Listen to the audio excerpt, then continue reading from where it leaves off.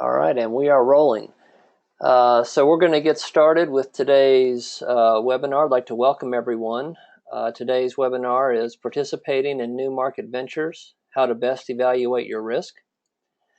This webinar is part of our Profit Risk Management series that includes 8 webinars and 8 in-person workshops focused on a variety of topics, including food safety regulations, GAP certification, crop insurance, and risk management tools. If you look at the handout section of your control panel, you'll see a flyer that contains all the information you'll need to join any of the trainings in this series. You'll also find the slideshow being presented today that you can download and keep for later reference. I also invite you to visit our website at indigenousfoodandag.com, where you'll find more information about the Profit series and downloadable copies of the presentations that have been given to date. Once today's presentation is done, I'll unmute all attendees and we'll have about a 30-minute Q&A. Once the webinar is complete, the webinar software will prompt you to fill out an evaluation for this webinar. If you could take a few moments to fill that out, we would appreciate it. This series is possible with support from the USDA Risk Management Agency, the University of Arkansas School of Law Indigenous Food and Agriculture Initiative, who have joined with the Farm Credit Council and Morse Marketing to offer this important series of workshops. I'd like to introduce Janie Hipp, Director of the Indigenous Food and Agriculture Initiative, who will be today's presenter. Janie Sims Hipp is a Chickasaw Nation citizen and founding director of the Indigenous Food and Agriculture Initiative. She has been a licensed attorney in Oklahoma for more than 30 years and specializes in food and agriculture law and Indian law. Prior to launching the initiative, she served in the Obama administration as the senior advisor for tribal relations to Secretary Tom Vilsack, and prior to her appointment within the office of the secretary, she served in the National Institute of Food and Agriculture at the USDA as the national program leader for farm financial management education, trade adjustment assistance, and the Beginning Farmer and Rancher Development Program.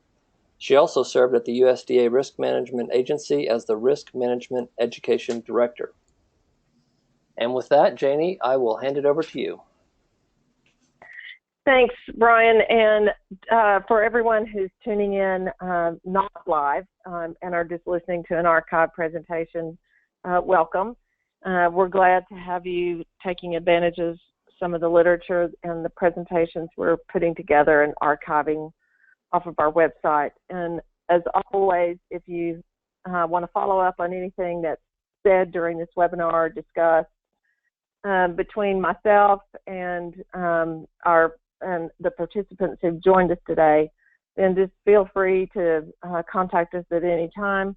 My main number is 479-575-4699, and I believe our last slide on this presentation also has that some contact information as well.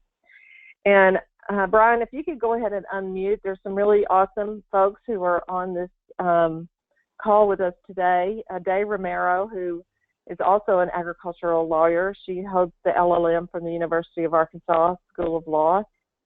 She's on our phone call today, and as well as Buck Jones, who is the director of the training and ongoing work of the cryptic organization, the Columbia River Intertribal Fish Commission.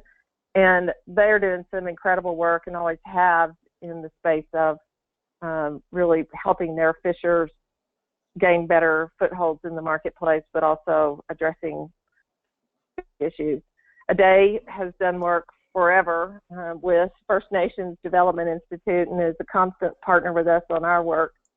But she is also extremely well versed in issues related to food safety and standing up new market ventures. So I kind of put them on the spot today because I know they're on the phone, and they are welcome to weigh in and correct me and add to, or however they want to intersperse their comments with what I'm going to walk through on my slides. But whenever I visit with, and Buck and Aday, are you still there, or did you decide that this is not what you signed up for? I'm still here. Still there? Thank awesome, you, Janie. Buck. That was a warm welcome. Okay. Well, thank you, Aday. And you know, all of us end up being on podiums together a lot, so I can't imagine not wanting to get right in the big fat middle of it if I were to call in on one of a day's webinars too. So, yes. So anyway, we all work closely together. So I'm just going to roll through some. They're going to seem very simple slides, but you know, there's really no way to kind of actually unpack this issue of participating in new market ventures without really kind of walking you, in my mind, back to the beginning. Whenever you're thinking about getting into a new market, meaning a new place to sell your product, your produce, your fruits, your vegetables, your meat products, your fish, you know, your seafood products, any of it, then you really are almost starting over from scratch. If getting into a new marketplace hasn't been in your original thought process or in your original planning for your farm or ranch or fishery or food business, then you really do need to make yourself kind of back up and start over. Not start over wholly, but really think about the issues before you as if you were brand new. Because you don't want to assume just because you've been in the production system for 20 years that you might know everything about that new market. And if you're thinking about the title of this presentation today in terms of you're basically approaching new products in an existing market, you're basically in the same boat as well. You really need to back up and think about your new products within your existing food production system in a new way. And I have done this work for 35 years. I can't imagine that there's something that I'm missing here, but maybe I am. But I tend to try to go towards the simplest way to describe and walk through things as opposed to getting excessively complicated. And in my trainings that I have done for years around risk management education and beginning farmers and ranchers and farm financial management issues and the like, to unpack, where you're trying to go is just very, very important. And if you'll see my first slide there, I've really not tried to give you the be-all and end-all checklist. At the very end of our slides, I'm going to give you some fantastic resources that you're going to spend hours going through because there's too much to put in any one slide deck. But what I tried to do was surface up, several thoughts for new and experienced farmers when thinking about new markets or new market products.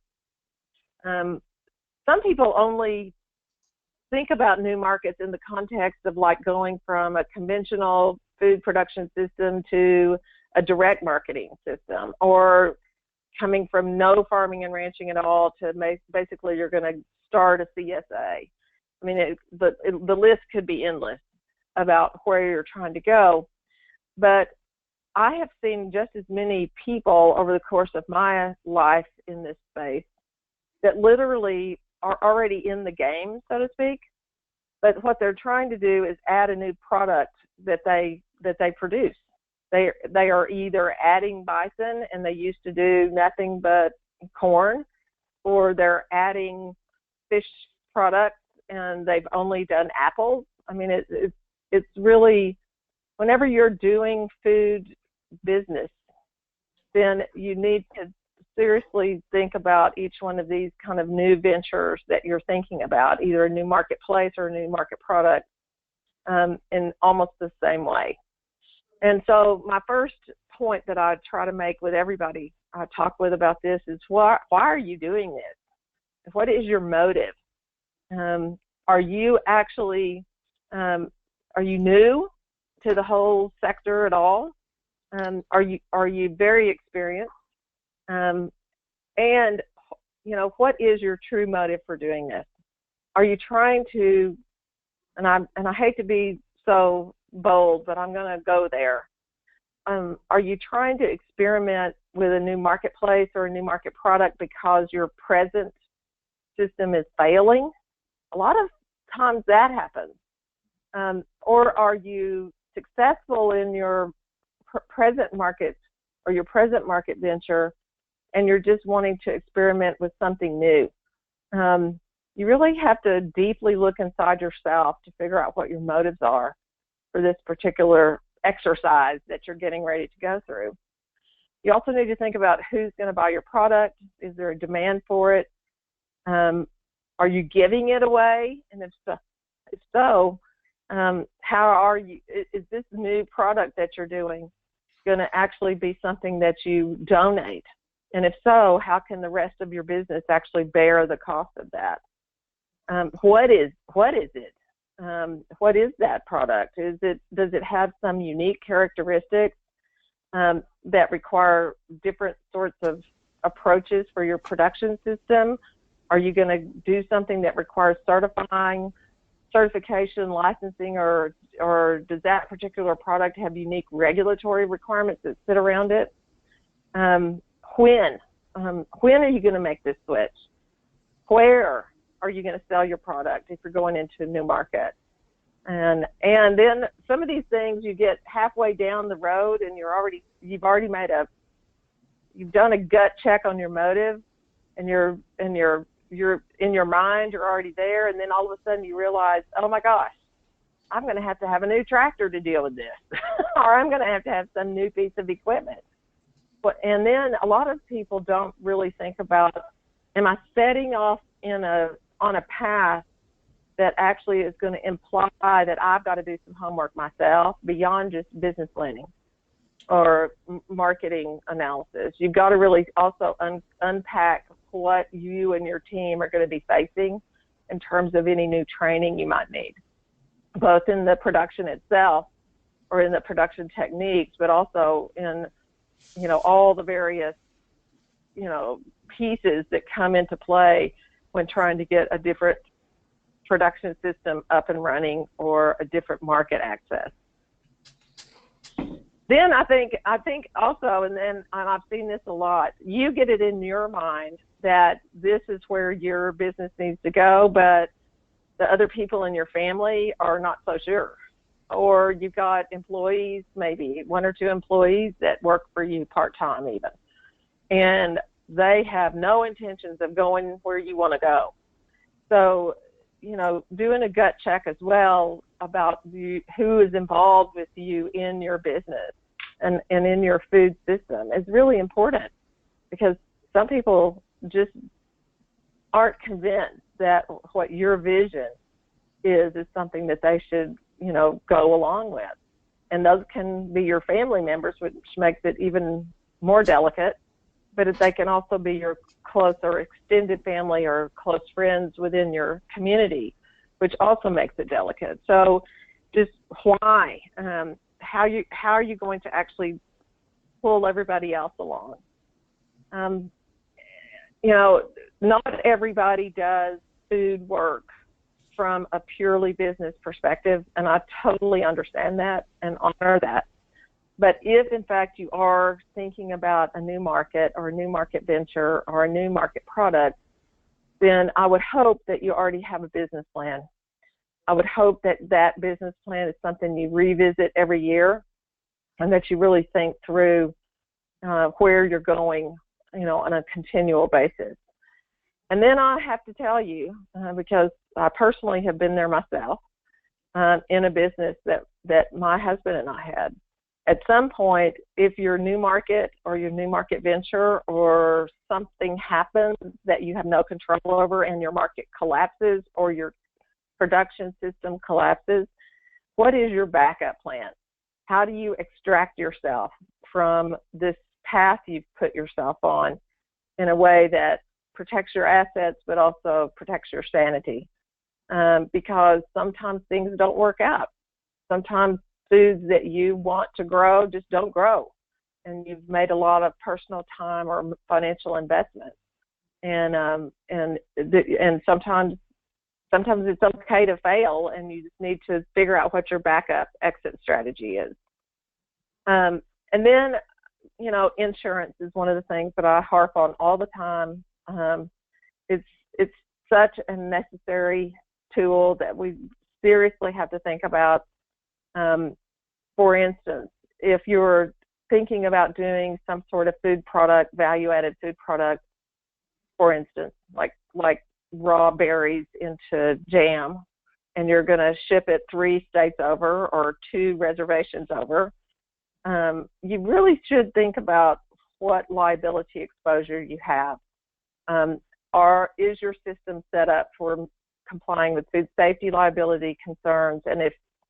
And even if you think it's spotlessly clean and perfect, what kind of insurance do you need to cover your liability for potential foodborne illness on the food liability insurance side?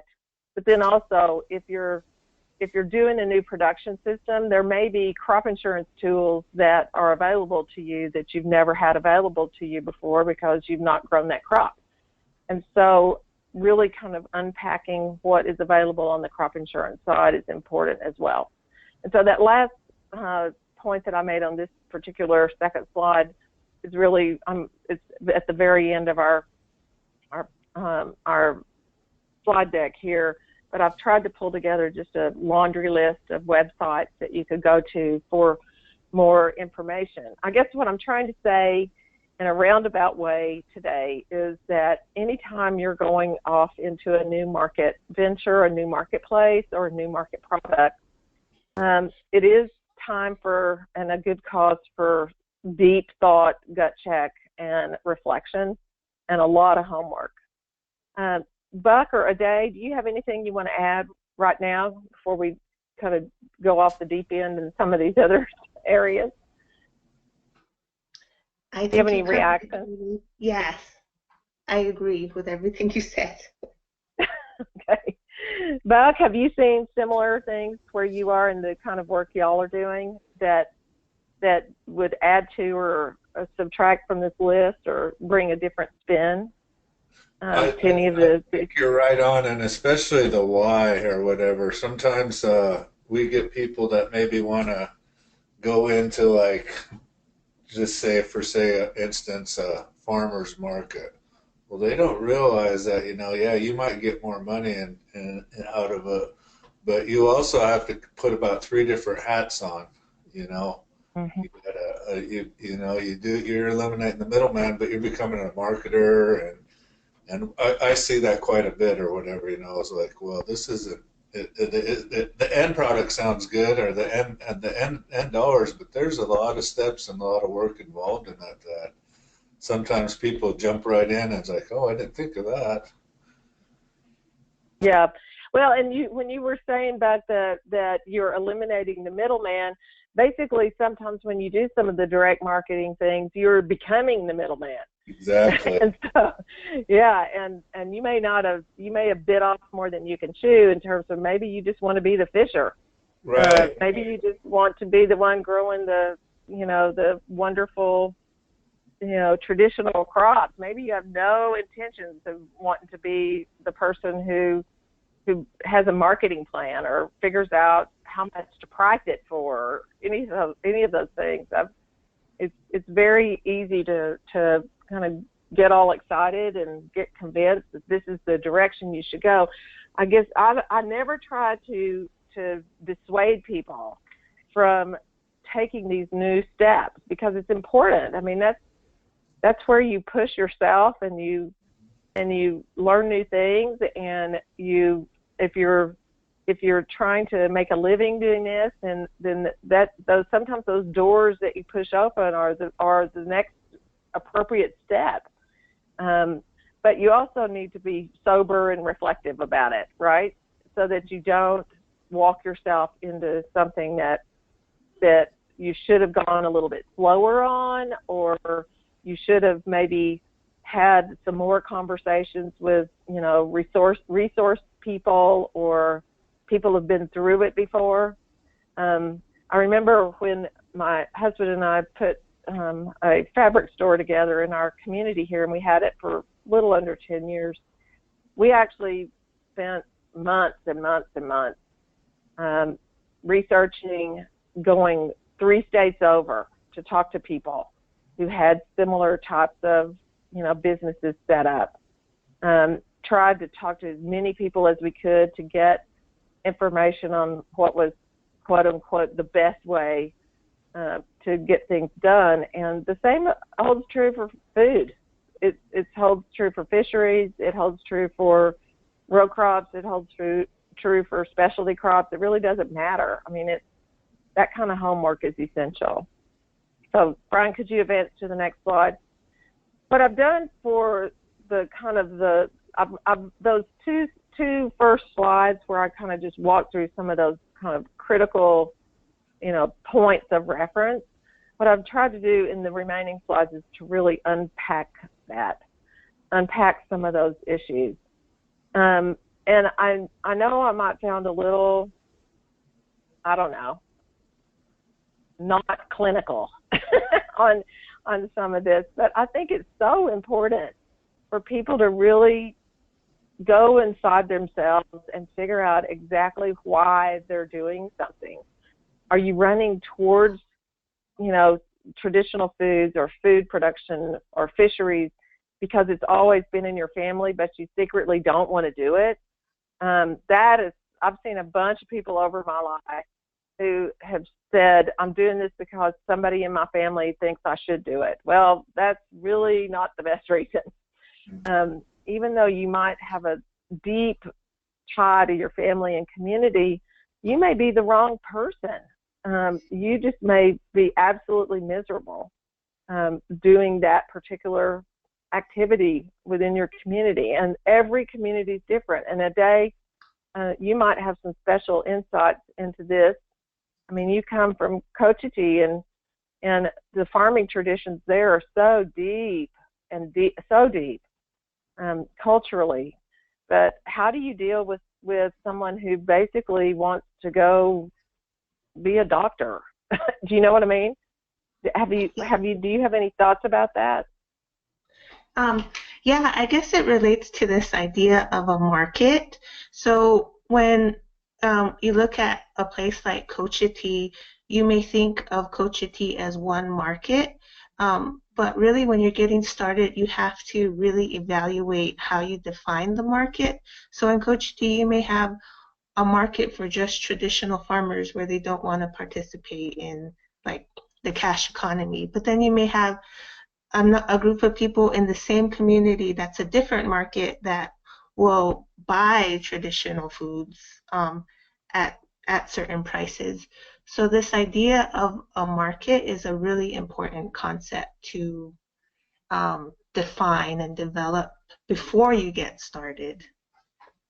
Right, that is so correct. And then also to think about who you are as a person, and are you new, or do you have deep experience? Do you have people you can lean on? Even if you've kind of figured out what your market might be, you really got to honestly weigh what your best skills are that you do. We just hosted 100 Native youth from 51 different tribes on our campus. I'm sorry to do such a gross pitch for what we did right in the middle of this webinar, but I learned this lesson again from them, because when we break them up into small groups to work on their project, there's always somebody who is the artist. There's always somebody who is really fantastic with numbers. There's always somebody who can lay out a vision like you wouldn't believe. And I just think knowing that about yourself and about who you are going to be doing this venture with and what their skill sets are, man, that is so important. Because not everybody, like Buck said, not everybody can be the marketer. They don't want to be. They just want to be the food person, right? And in their minds, the food person is the one who's in the field or in the water and not, talking to people and pricing products.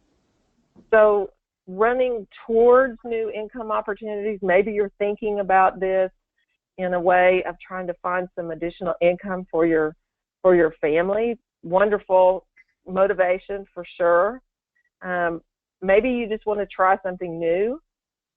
Maybe you run into problems with your present products, like whatever you're growing now. Maybe there's just problems. And some of this can be product and I'm sorry, Buck, if I veer away from fish for a minute, but some of your problems with your present product that you grow, your crops that you grow, you may have some problems in your soil right now that need to be addressed, or you may have problems with water access that need to be addressed. With this climate change circumstance that keeps obviously presenting itself over and over in all of our communities, we all are coming to the realization that how and what we grow may have to adjust slightly over time just to be able to deal with these shifts in our climate. And I will tell you, having seen it many, many times, sometimes we make decisions if we're running away from something, not towards something. And sometimes we may be in a market down the street. It's a great market 10 years ago, but man, it has cratered now. And there is no way that anybody's coming there to buy my wonderful onions that I grow, et cetera, et cetera. Sometimes your family is needing to move to another place. Sometimes, like me, you're getting older, and it may be time for you to scale back or scale differently, scale, up.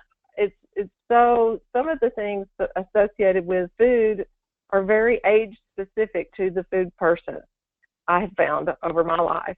So the motives are so personal, and there is no guidebook for motives.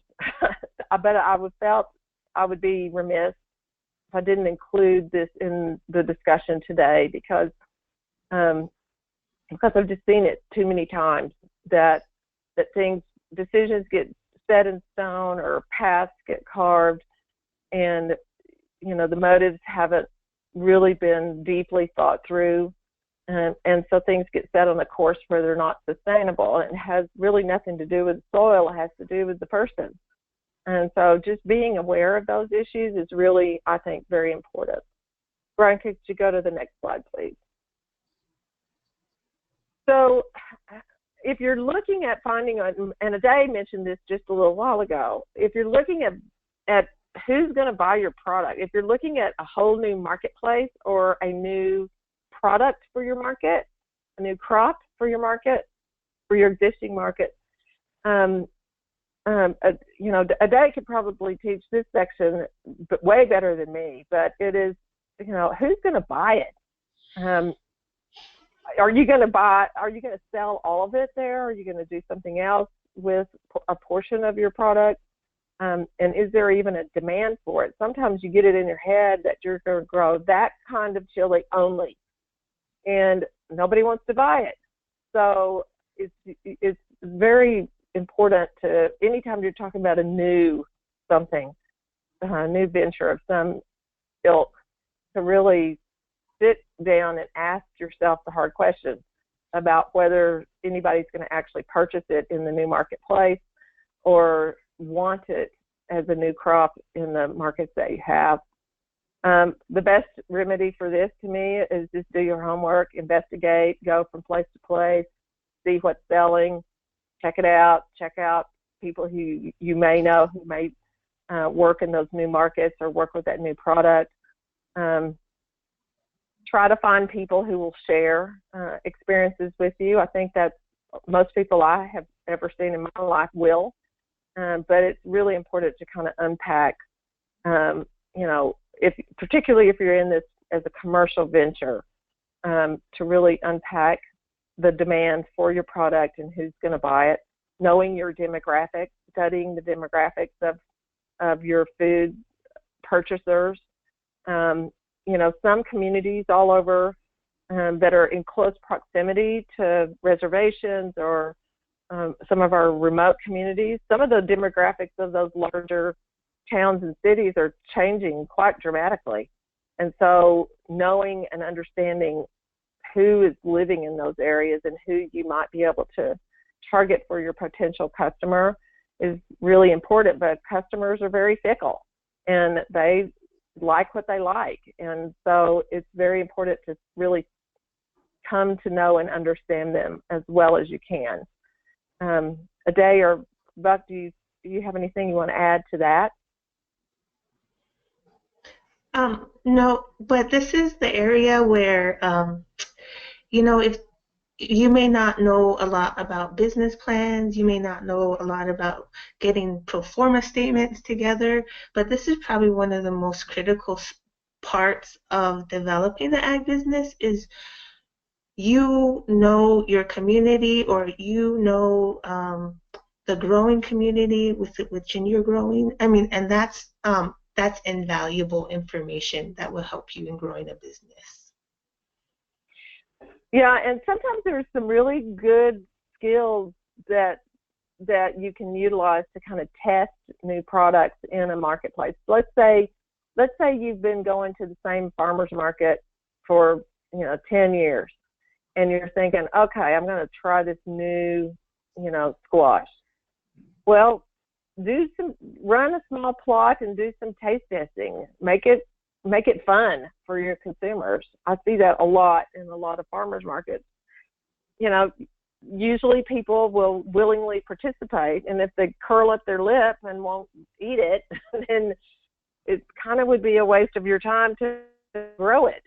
And so, I mean, Ade is extremely correct there. This is likely the most critical piece of the puzzle, is really having a good sense of who likes to buy what in your potential marketplace. Brian, do you want to add something? I mean, Bud, do you want to add something? And Brian, after Bud, we can advance to the next slide. No, I think you're right on. I like that part of that presentation. It is real true that you got to know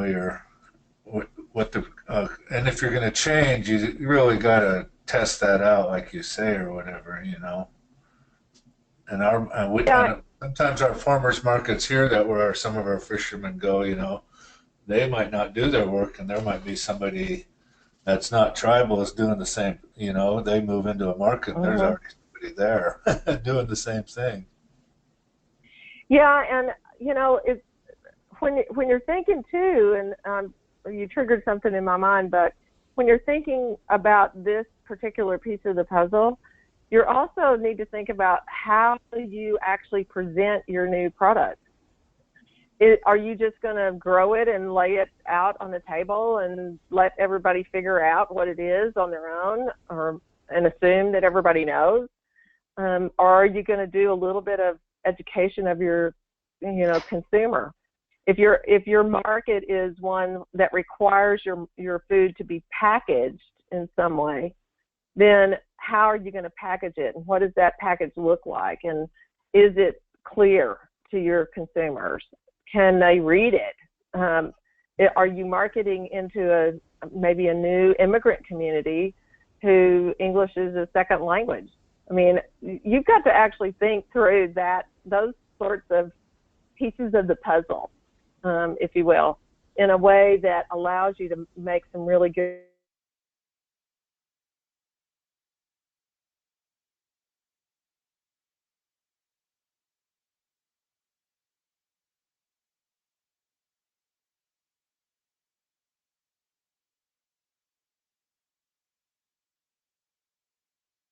Are you there? And then that is deeply tied with the slide.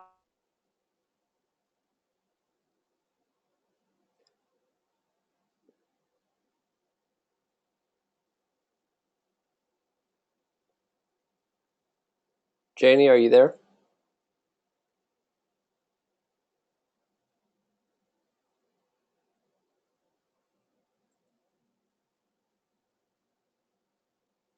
Buck and Ade, can you hear me? At every step, so that you can actually prove to your consumer audience that it is what you say it is. That particularly holds true in something like organic certification.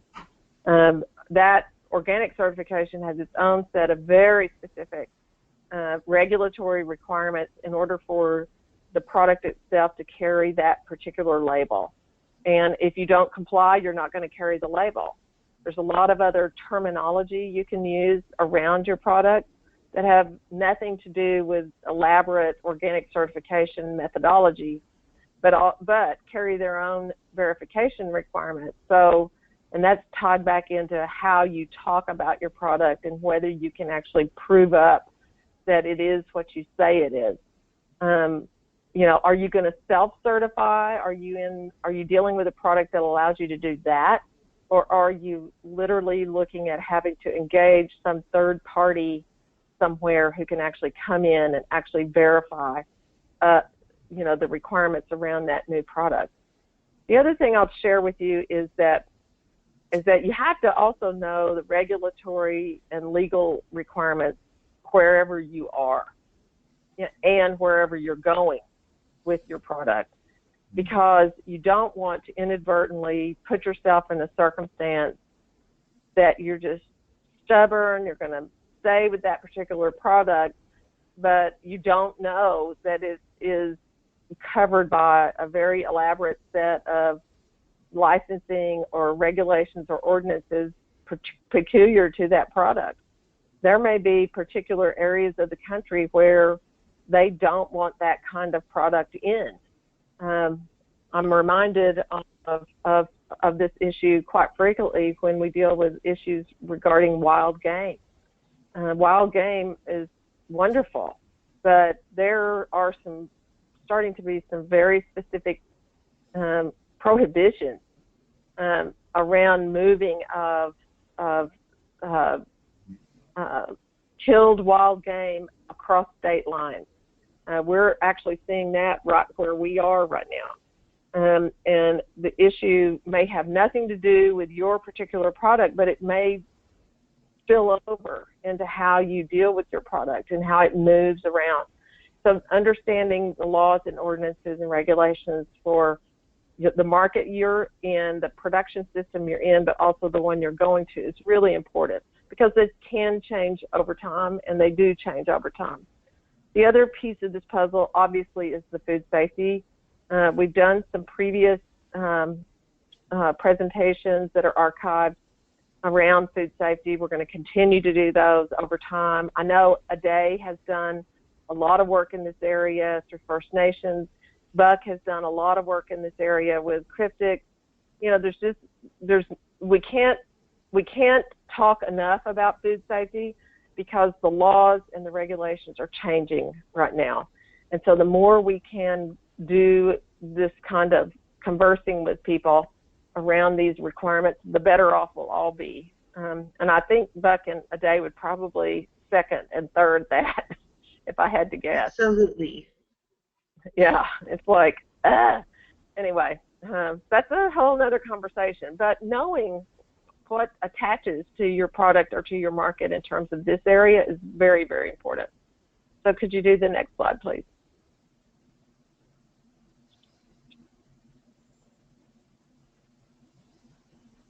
So this is a follow-up to that last comment. This whole arena is changing. Food safety laws have always been out there, but they're changing, particularly in the produce area. More recently, although they've been quite complicated in the meat and poultry area for some time. I'm not going to go into very much detail about this particular slide, other than to just remind you, if you're participating and listening to this archives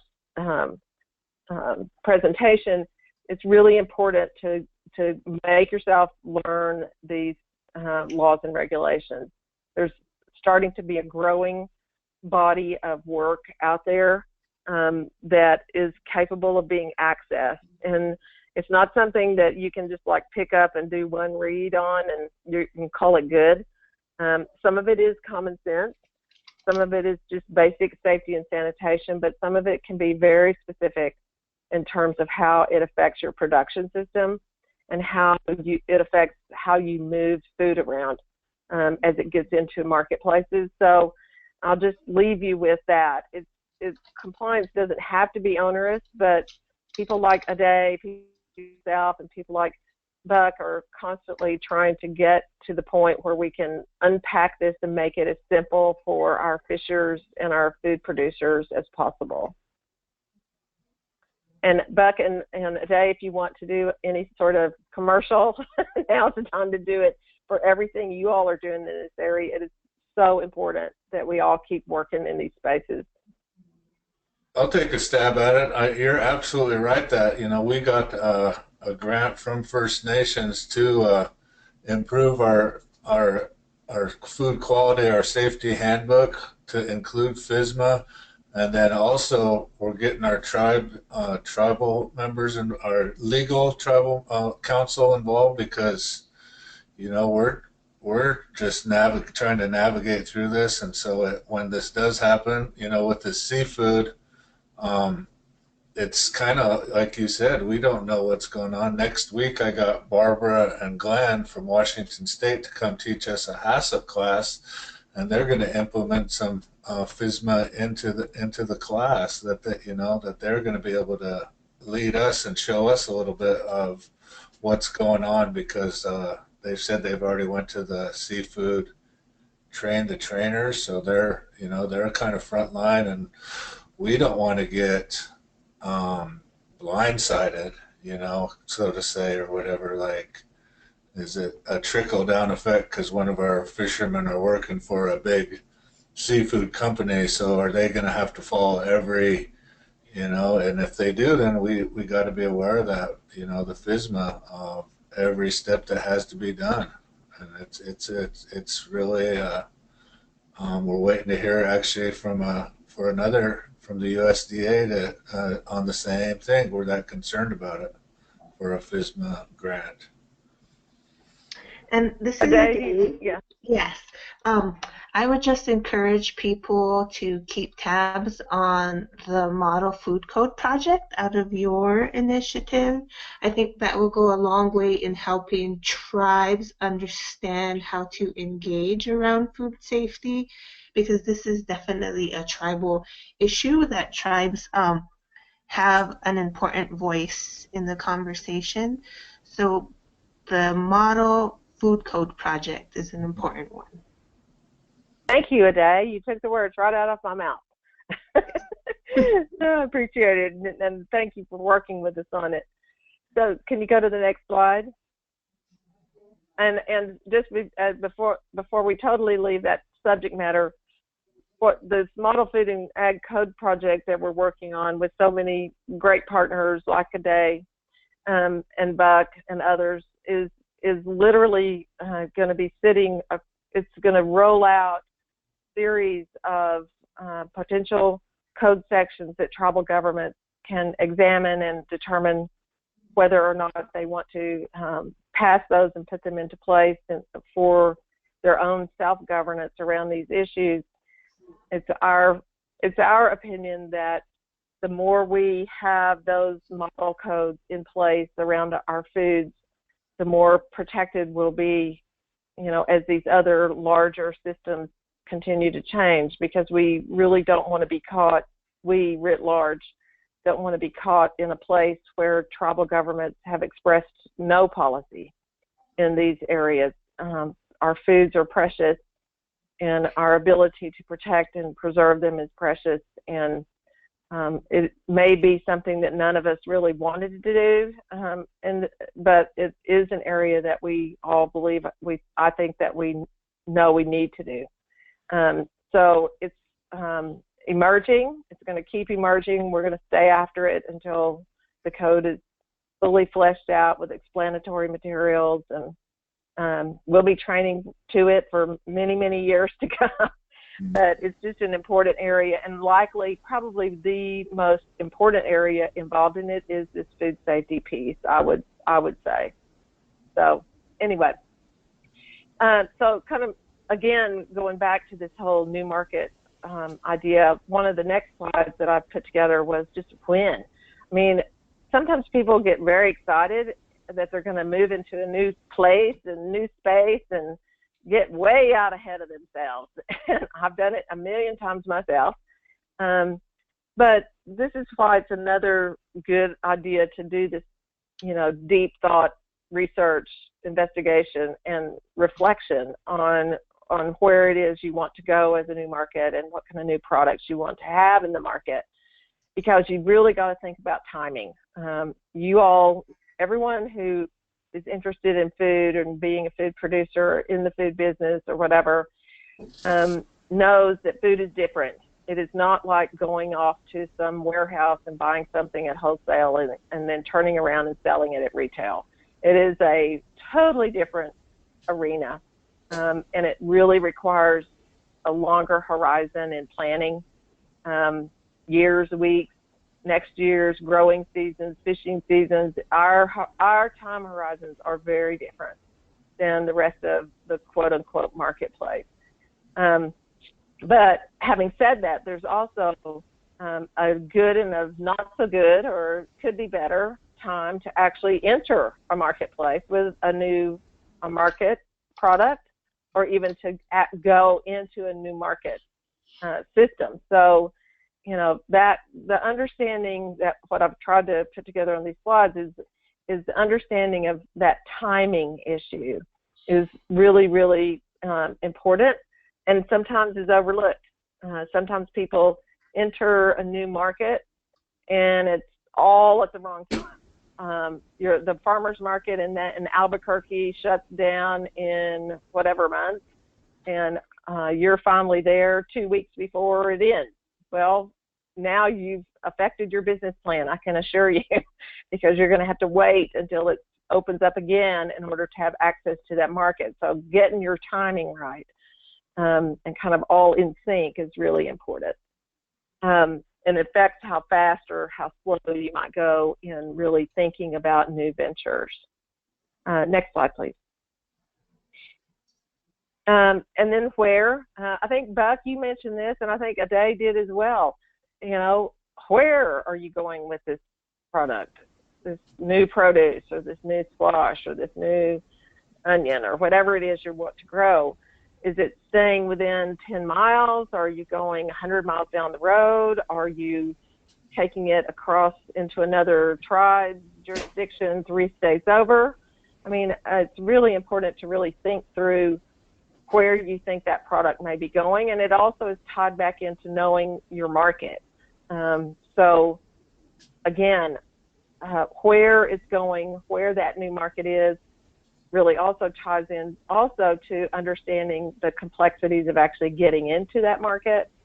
For instance, just because you live outside a metropolitan area like Seattle, for instance, maybe Seattle isn't your best market. Maybe it's too much of a pain to get into Seattle.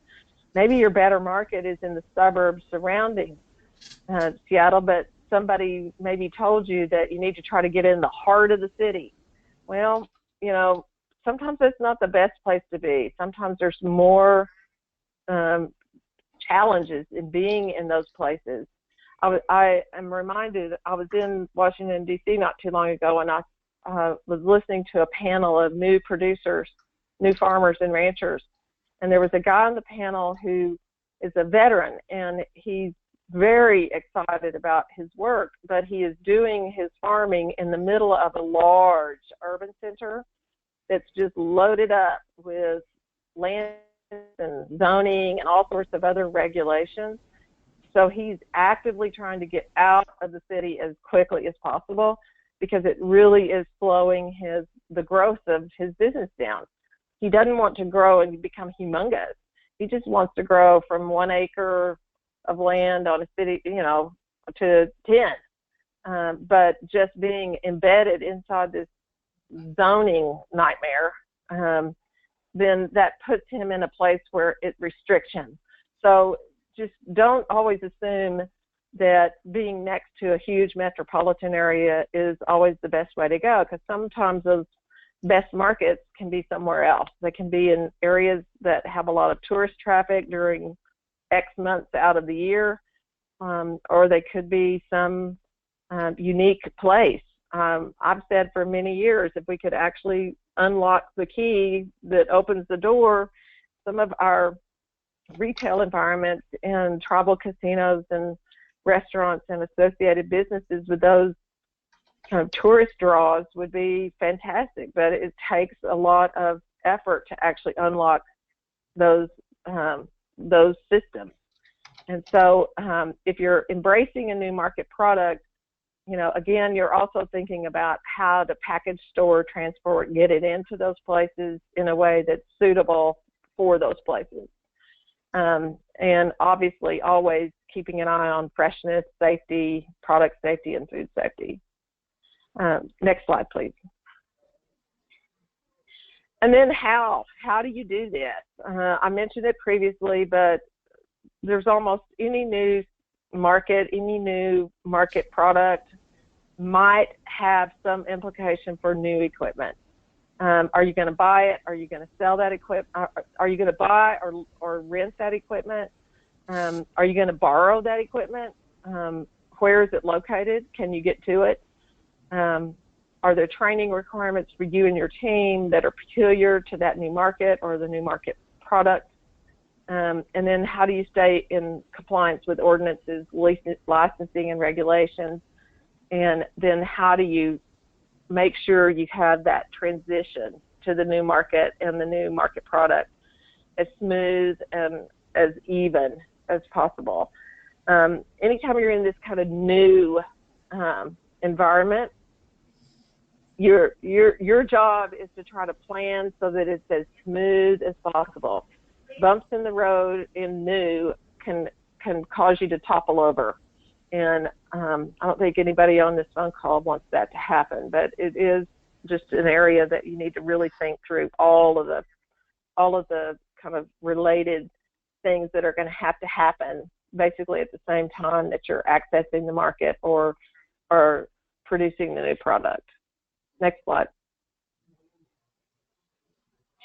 And then back to what I said previously. Good grief. What if nobody else wants to do it but you? It's nobody else in your family, your community, or extended family, your children.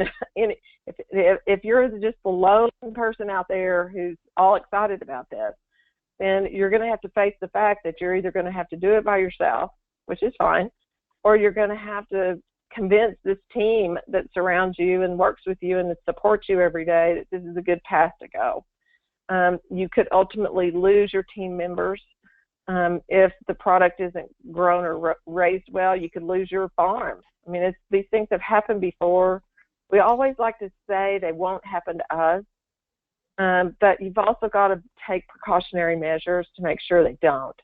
And again, it's all the way back to what we were talking about in the front end of this presentation, which is training and investigation and really careful planning and gut checks.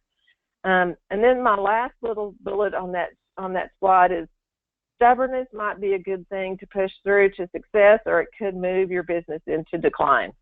So don't be overly stubborn just because you're stubborn. It's like sometimes, being persistent can go off into the stubbornness arena, and you literally walk yourself into a bad business decision that's going to put a lot of things at risk. So just be willing to gut check yourself into being wrong, being willing to modify your plans, and being willing to literally do a true assessment of how much support you're going to have moving into these new spaces. It's critical. Buck or Ade, you want to add anything on that other than don't be stubborn? That covers it. Yeah. So, and again, Ade, I know you're going to get in here as quickly as you can, but this business planning is really important. It's so, most people don't like to do it. They put it off at all costs, but it's like a student going to school. It's homework. It's just important to get it done, to revisit it frequently, to modify it when you need to. If you're talking about a new market or a new market product, you are in the space of a new business plan. I don't care whether it's just one item, like one crop product, or whether it's a whole new, venture. But you've got to revisit that business plan and see if it even fits you anymore. And then you've got to think about the transition from the old to the new business environment. And then you've got to, I strongly encourage people to share it with people you trust, people who are in the business, who know kind of what you're trying to do, who care for you, who will give you good advice. and really just do your homework and be willing to listen and modify. Buck and Ajay, weigh in here, please, if you want to. This is a day, and there's a lot of resources out there to help you through the business plan. And for me, that you can share with potential investors or grantors, with people interested in what you're doing. But the most important part of the business plan is that it forces you to write down numbers and actual steps to the implementation of the business. And that takes you a long way. You're so true, Ajay. Buck? Yeah, I agree that it does. It makes you do all the critical thinking, and a lot of our fishermen that are wanting to expand more are really having to do this. Actually, part of my training next week, I got somebody coming in to talk exactly about this business plan for during our HACCP class. That it's a community college that offers some of these services that makes put them down on paper, because a lot of times our fishermen just go out and fish, and then when it comes time when they want to buy a new boat or whatever, well, they don't have their records, and this is real important, really, really important. Yeah.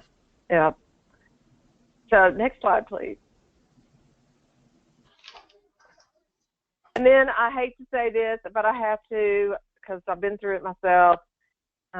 You need a backup. You need a backup business plan to extract yourself if what you're trying to do in this new effort doesn't work. I don't ever like to jinx myself and say that it's not going to work before I start to do it, because I just don't operate that way. I'm very optimistic and like to just go. But I'll tell you, more times than I care to admit, I've been in places where it was time to have a backup. It was time to have some sort of exit strategy or some sort of business plan that was going to migrate me out of, man, that was so great when it started, and some weird thing outside of my control intervened, and it's not working. And how am I going to not lose everything, but get to a better place?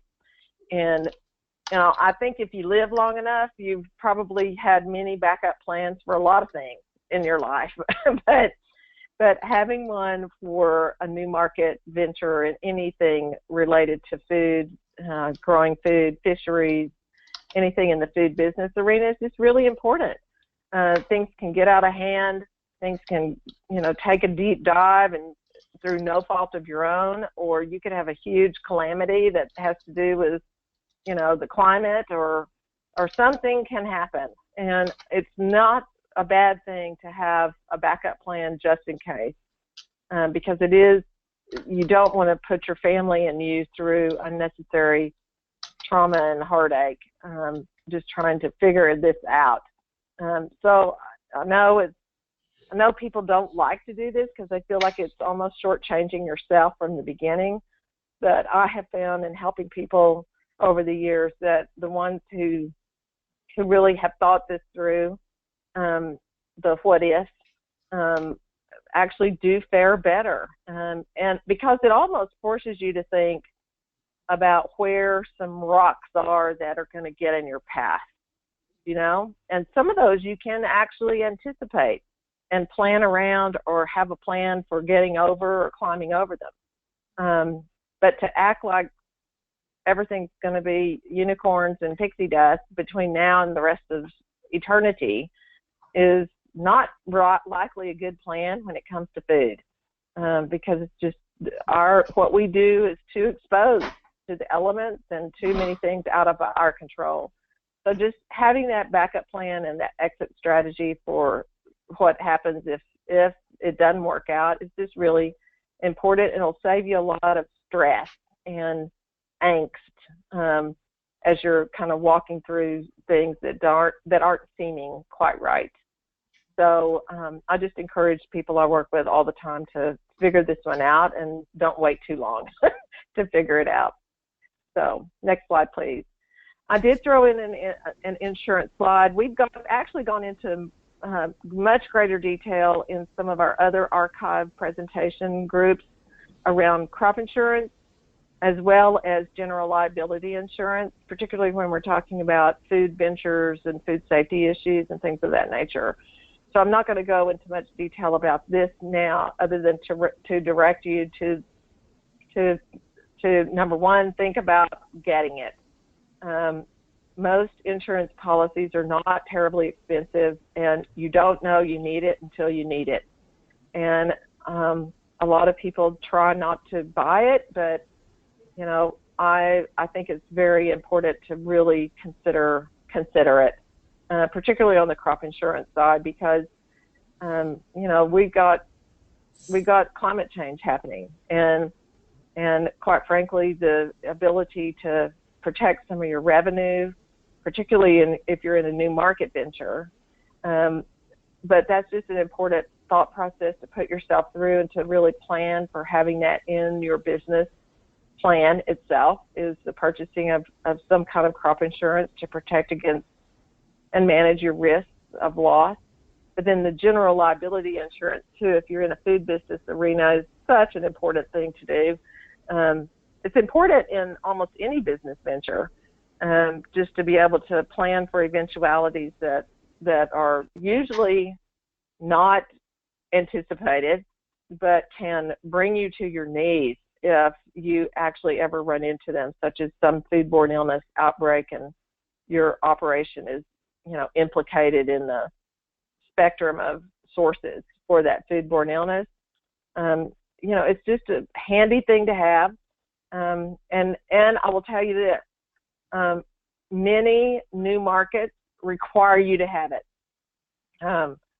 They require you to have some sort of general liability insurance in order to access some of the big commercial markets, or even some of the small ones. There are farmers markets all over the country now that require a minimum $1 or $2 million general liability insurance policy in order for you to even have a stall on the market. So, you know, if you're thinking about a new market location, then you should really think about not being surprised when they ask you if you have liability insurance, and to start considering putting this in your business plan so that you can not be thwarted from getting into that new market just by virtue of the fact that you don't have insurance. I mean, if it's not that terribly expensive, but it's going to allow you access into that marketplace, and you're going to want to have it built into your thought process and into your plan. But Aday and Buck both said it, and so I'm going to repeat it. All of these, crop insurance, general liability insurance, all of these things depend, and a good, strong business plan depend on keeping records. I cannot say that enough. You've got to keep excellent records. And honestly, 50 years ago, records were done on a piece of paper with a pencil. And now we have the benefit of technology on our iPhones and all sorts of apps that can help us, you know, keep records of our business. And I think we've got to start thinking about moving into that space particularly if we're in a commercial market, as much as possible. But you know, many farmers who are never in commercial markets, they just maybe sell down the street or just have a small little outlet, a little roadside stand. I mean, that's commercial, clearly, but they're not in some huge market. Still have records, and records do build stronger businesses. And so I think, Buck, you realized that with working with all the fishers in your area as well. Yeah, exactly. And I appreciate your other one that you represent. That flip insurance, Janie, is amazing for those. I had no idea, and I really want to thank you thank you for that, because I got people on that now. Here in these farms here, out in the rural settings, they're not too much. But you come into the city, they want a lot of insurance, and Yeah, that's been a blessing. yeah. I several years ago, people were slamming some of the big retailers around the country. They want $2 million of insurance. And I remember vividly sitting in some of those meetings where some of the big retailers like Costco or Walmart or Trader Joe's and all those folks were being slammed. And I was sitting in meetings realizing that the local farmers market where I live required at least half that. So I mean, Yeah. it's like we assume that when people ask us for the insurance coverage that there's something diabolical there. No, it's how people who do any kind of business cover any potential loss they might have. It's a way to manage risk, and it literally is not that expensive. And so it's just important to have. And the minute you don't have it and need it, you're going to wish you had it. I'm just saying. Ade, do you want to weigh in here too about these issues? Yeah, so I currently work on an island in Hawaii where we are standing up businesses, small like egg farmers, like a diversified farmers, and always, always, always the issue of insurance always comes up, and it's a very to farmers, but it's really it's not a hard thing to navigate. And when you look at a $2 million insurance policy, like here in Hawaii, it's a few $100s a year. So when you divide that by 12, it's not that big of a cost. It just scares people. But I can tell you, in standing up these businesses today, you cannot get away with without submitting your certificate of insurance to not only the county, to the leaseholder, even to access some state programs, you need a certificate of insurance. Yeah, yeah. I really think we're closely approaching the days when it's just going to be standard and necessary across the board for anyone engaged in food.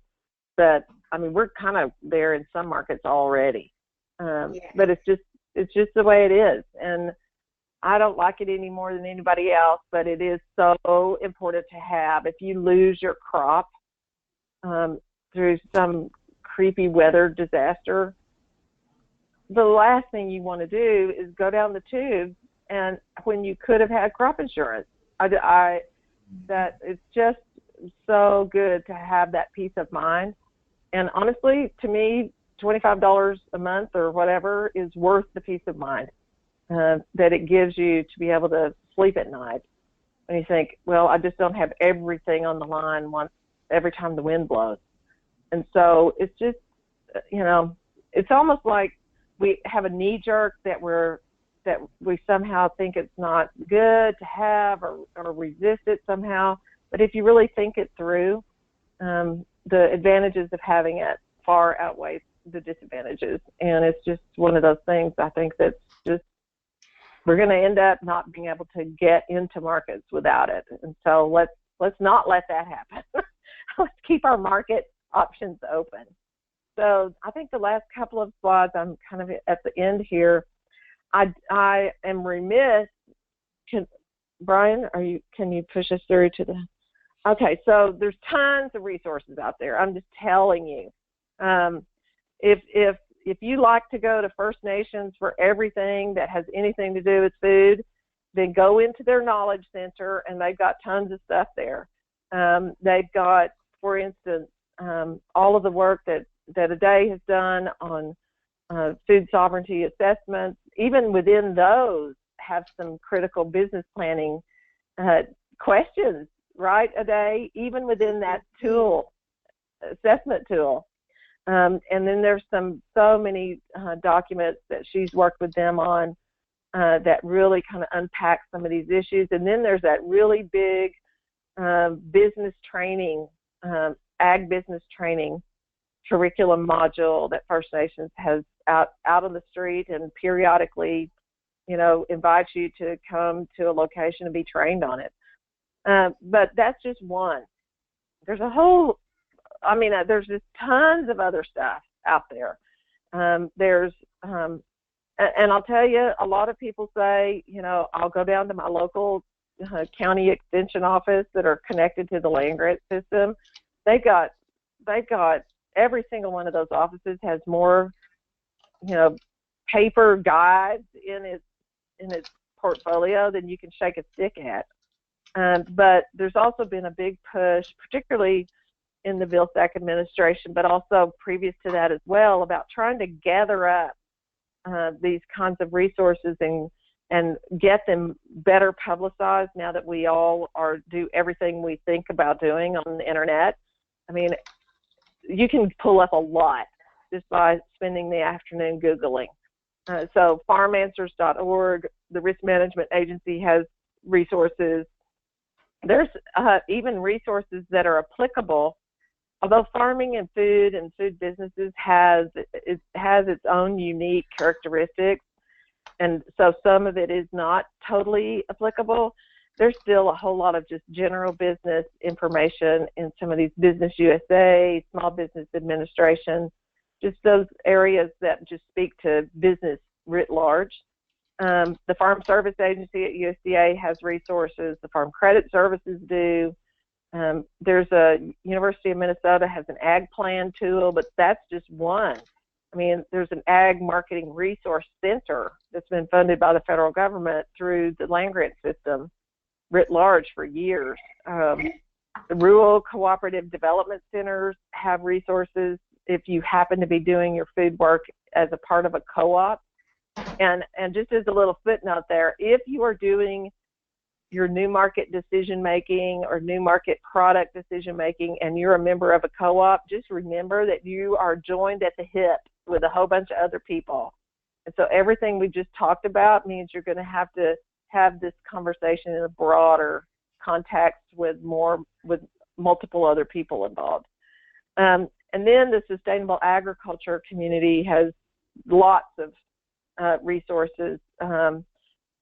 Some of those now are connected to this farmanswers.org, and there's full libraries on how to analyze some of these issues. The Risk Management Agency's farmriskplans.rma.usda.gov also will take you over into the 4 regional risk management education centers, and each one of those has funded projects in these areas of risk analysis, and specifically market risk analysis, and there's tons of slide presentations there as well. And then, because so many people are doing urban agriculture, there's a whole other set of ways to think about urban agriculture in the context of markets and risk. So there's just, we could fill up the whole slide deck with nothing but resource lists, and I hope to have at some point in the next 10 years. The problem is the list grows so quickly that it's never complete. But there's a lot of work out there. The Intertribal Ag Council, they've got technical assistance people in every region of the country, and they can back you into all of these other resources as well. I mean, the list goes on. And then you've got groups like Cryptic, who are literally on the front lines with their fishers doing the business planning and doing the market analysis and really helping their fishers think through these issues in a very close technical relationship. So there's a lot more than we had 20 years ago. I can tell you that right now.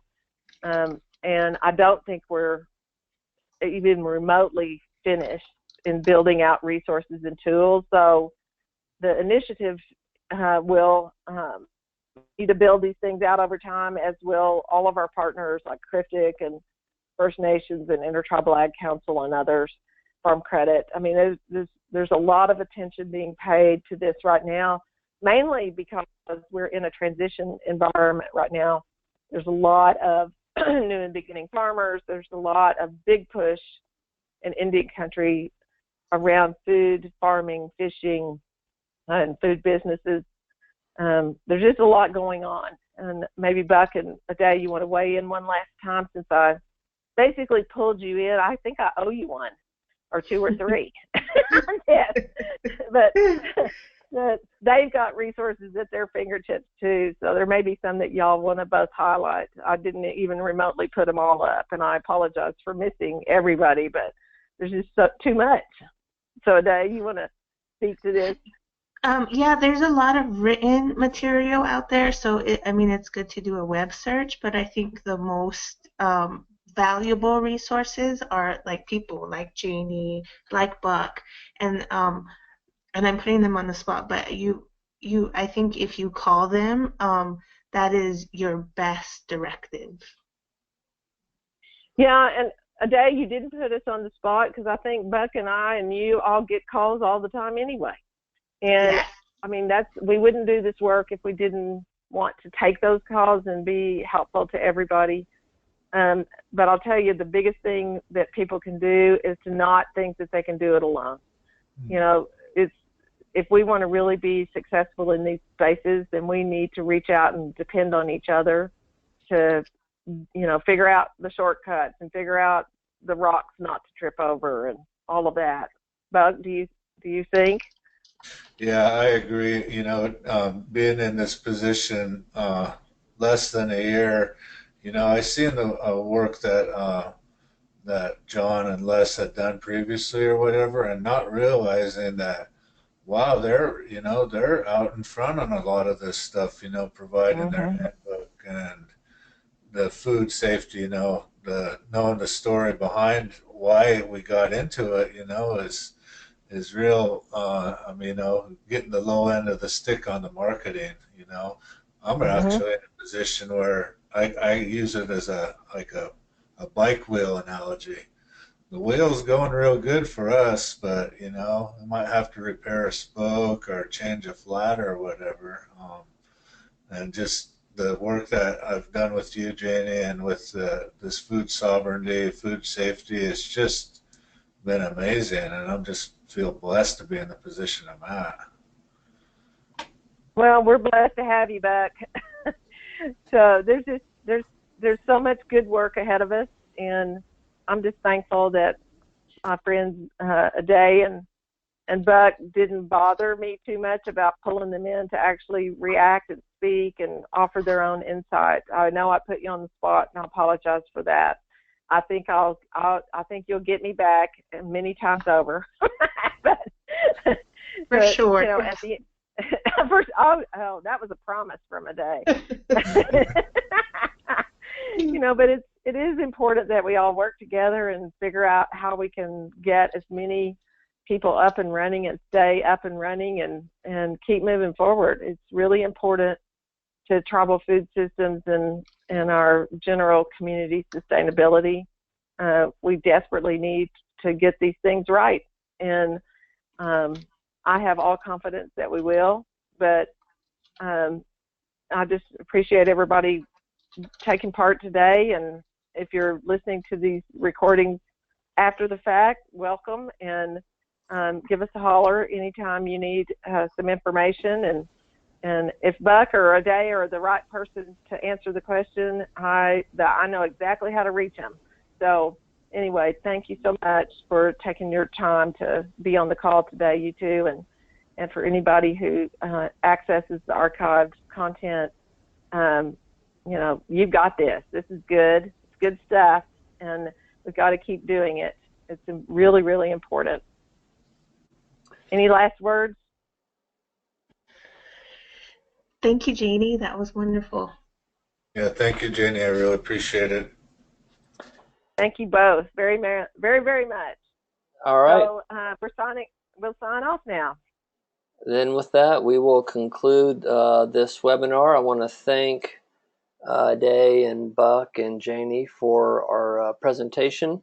And I'll remind anyone who's listening that if you want to see the slides for this presentation or any of our other presentations in the Profit series, you can go to our website, which is on the screen now, indigenousfoodandag.com, and find them there. Thank you for joining us. Thanks, everybody. Thank you.